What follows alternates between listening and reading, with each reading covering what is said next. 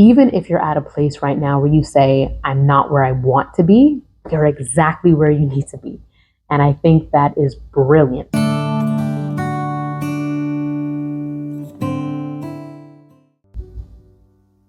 thoughts of the diligent tend only to plenteousness, but of everyone that is hasty, only to want. When I heard that thought or first read that thought, it revolutionized what I think about certain things, but especially about where I am currently in my life.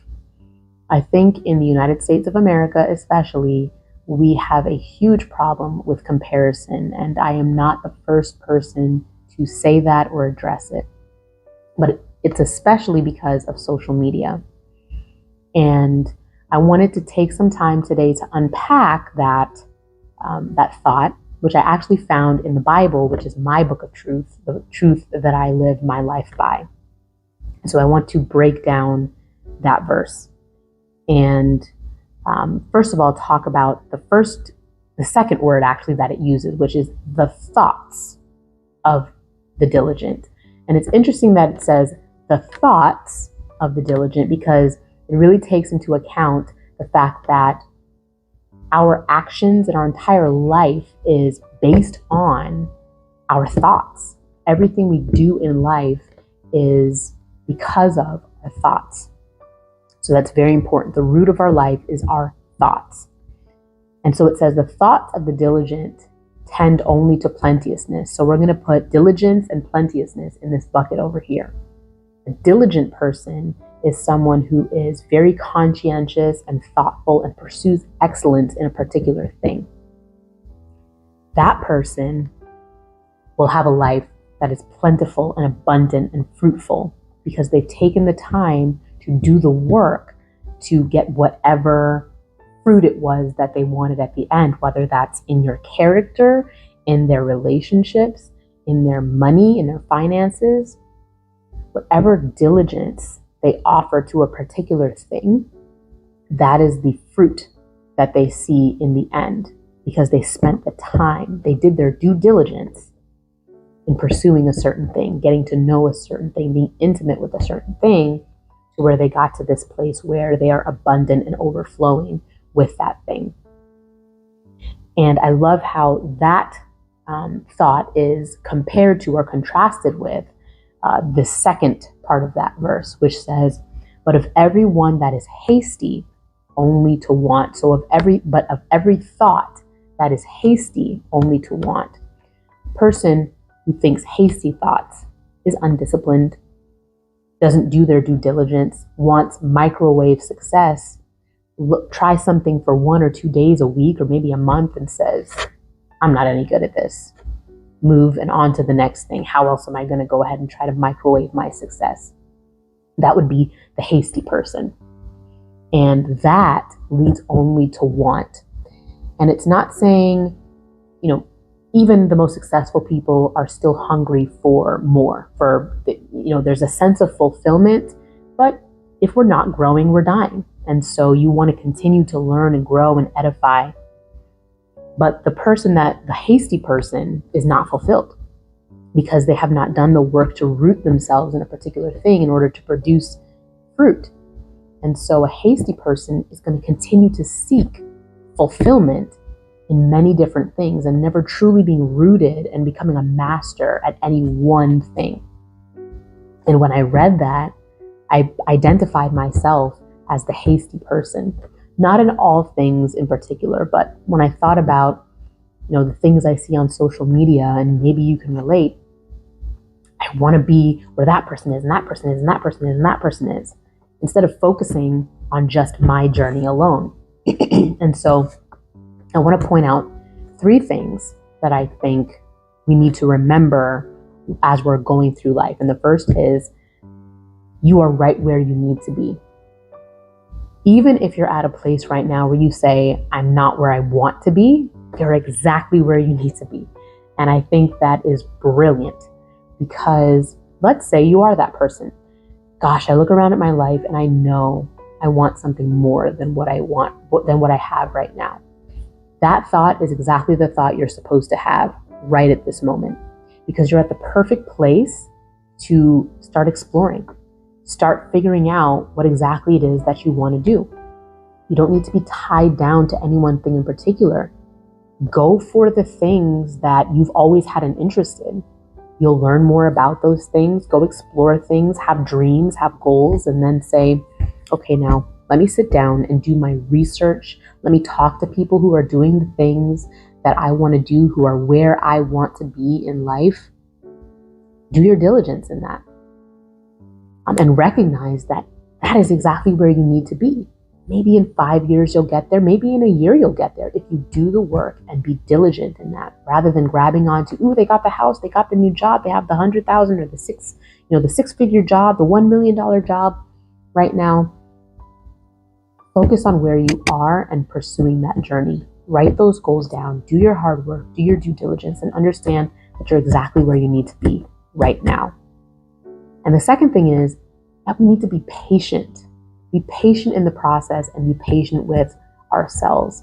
The Bible also talks about being transformed into the image of Jesus, little by little. And I think that's so interesting, because you'd think that God would want us to be like Jesus in the snap of a finger. I mean, he could do it, right? Snap, you're like Jesus. But what would that do for us as imperfect human beings? What would that do for us?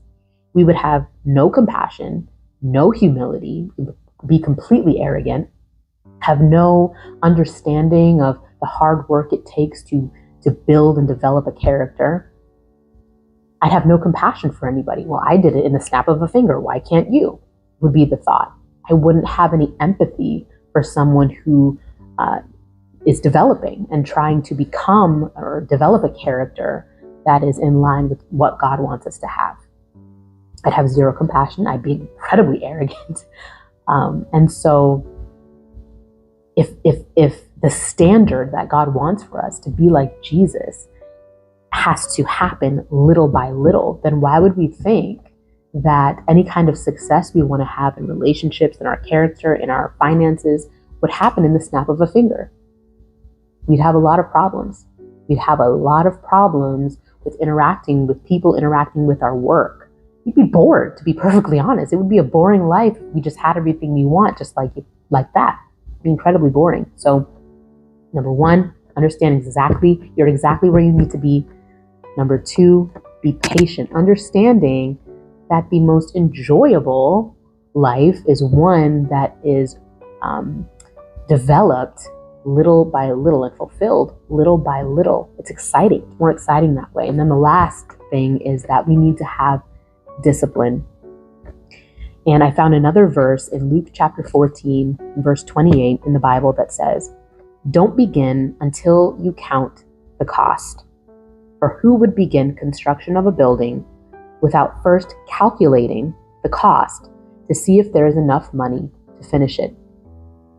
In other words, calculate the cost, do your diligence in understanding what it is that you're about to participate in. Once you decide, I want to do this thing, be disciplined and consistent in it by first deciding, okay, do I have the resources that I need?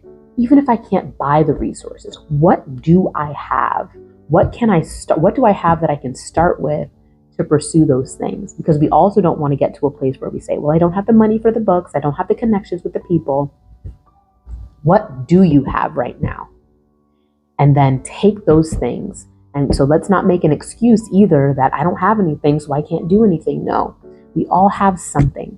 We all have something that we can start with. So count the cost. Do I have the mental capacity to be disciplined? Maybe there's this huge thing you want to do, but you know you can't even brush your teeth twice a day, every single day. So maybe you need to start there, develop some discipline by doing small things so that when you get to that place where I want to do that, you understand discipline. You understand that you can develop the habit of discipline in order to pursue those bigger things. But count the cost. Count the cost of, do I want to pursue that huge thing right now? Do I have the discipline that I need to be able to carry those things out? Or do I need to practice, brushing my teeth twice a day first so that I can develop the discipline I need to pursue that bigger thing. Because we all know that those big things are hard. And the bigger the things are, the more that's on the line for those bigger things that we want, the easier it is for us to drop out when the going gets rough. So maybe you are the person that needs to start with being disciplined in the smaller things. I'm on a journey right now to be debt free. And so I had to discipline myself by creating a budget. I didn't have a budget, 3 years ago. And then so I said, let me get on a budget and I'm going to stick to that budget. And I stick to that budget.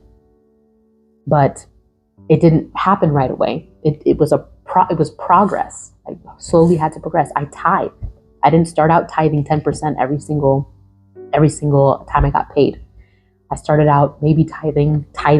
It wasn't really tithing, but giving, just 5%, or I just had a number, $100. I'll give $100 away because that's all I'm comfortable with. But there's sacrifice and disciplining. And so you have to count the cost of this bigger thing that you want, and decide, do I have the capacity for those things? And then take the small steps, take the steps that you need to take in order to get yourself to a place where you can pursue that bigger thing that you want to do. So number one, understand you're exactly where you need to be right now in this moment. Number two, understand that you're being transformed. You have to be transformed little by little, because otherwise, number one, it's going to be a boring life. And number two, so that you understand other people's journey.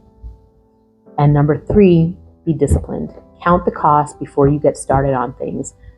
Take a survey of where you are, understand where it is you want to be, and all the things you need to do to get there. Do your diligence, be diligent, and you will see a prosperous life in the end.